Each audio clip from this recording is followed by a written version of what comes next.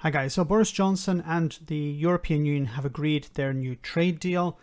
Now, the European Union have always been very clear with information, providing it to the public, allowing people to see and compare, for example, the difference between EU membership and non-EU membership.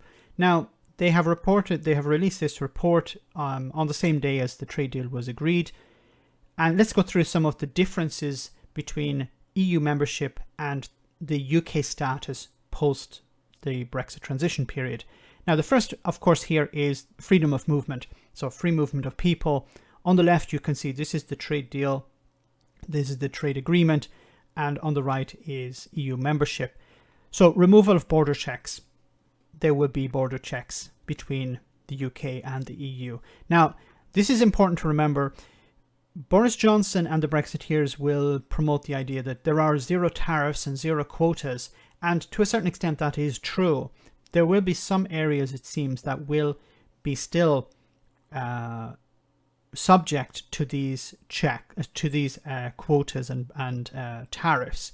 But generally, there will be free tariff and trade will be tariff free. So there'll be no taxes to pay on goods traveling across the border. But that doesn't mean that there will be no border checks, because paperwork will have to be prepared and checked. So this will mean delays on the border between the UK and the rest of the EU. This is not something you can get away with. Okay, even though there is a deal, there will still be checks. Pet passports for EU members is still there, but for the UK will not be. So the UK will have to agree something later on. Now, I have said this before, and I think this is very important to remember.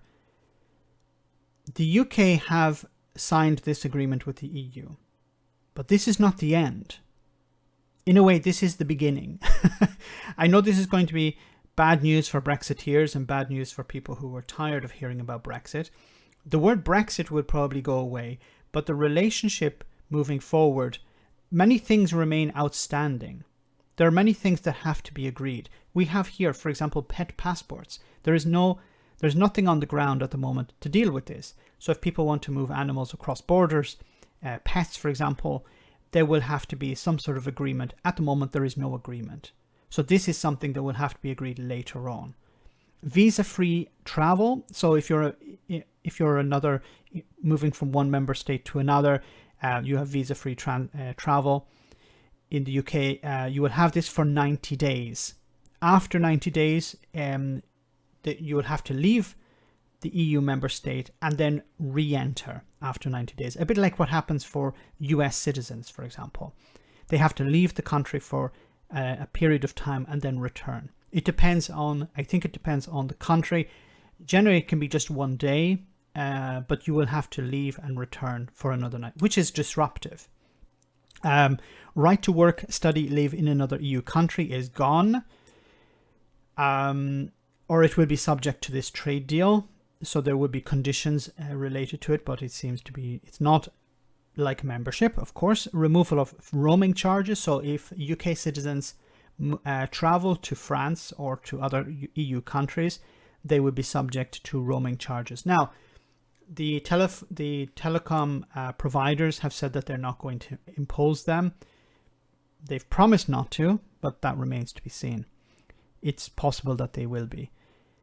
Trade, of course, trade in goods. Frictionless trade will end. So that means that there will be checks. Trade will not be simply driving across the border. Zero tariffs and quotas. So this will be part of this agreement. So on most products, it seems there will not be tariffs or quotas imposed. Zero customs formalities. No, that's not the case. There will be customs formalities, so documentation will be required. Extra red tape, but Brexiteers wanted that. Zero SPS checks.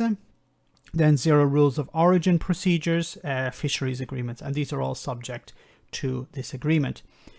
If we move on, we have benefit from EU international agreements. Of course, trade deals that the EU have signed with other countries, they will cease to exist or cease to be used by the UK. The UK will have to start signing its own agreements. Now, There are something like 750 agreements, I think, the EU has with countries around the world.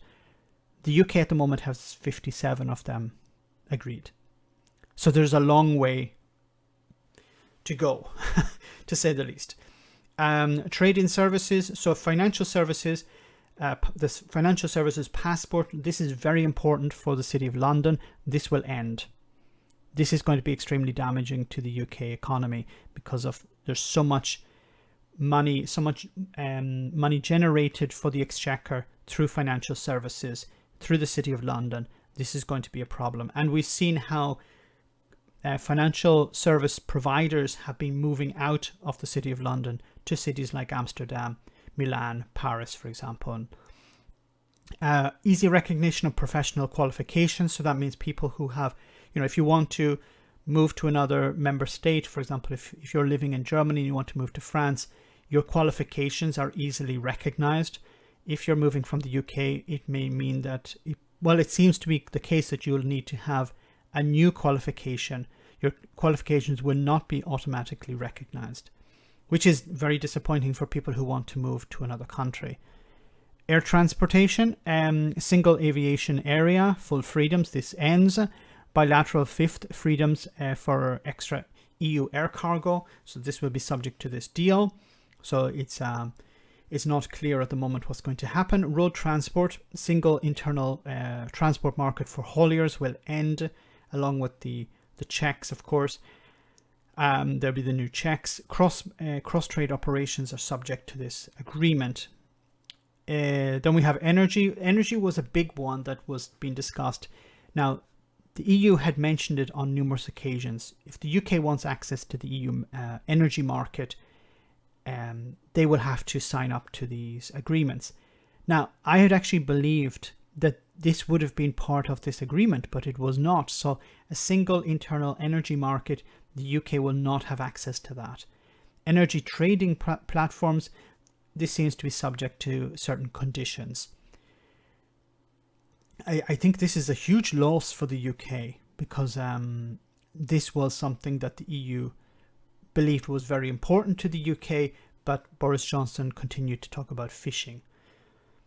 And then finally, EU programs, access to Erasmus, this will end. Now, this is quite disappointing because the EU had said we are willing to allow the UK full access to the Erasmus project. This is for young people to travel around Europe and to study in different universities. This is going to end. Now, Boris Johnson has talked about setting up a UK version of this. That remains to be seen. Access to next generation EU Ensure, this ends. Now, this was very important for dealing with the pandemic. Hundreds of billions of euros that were made available to member states. This will not be available to the UK, of course.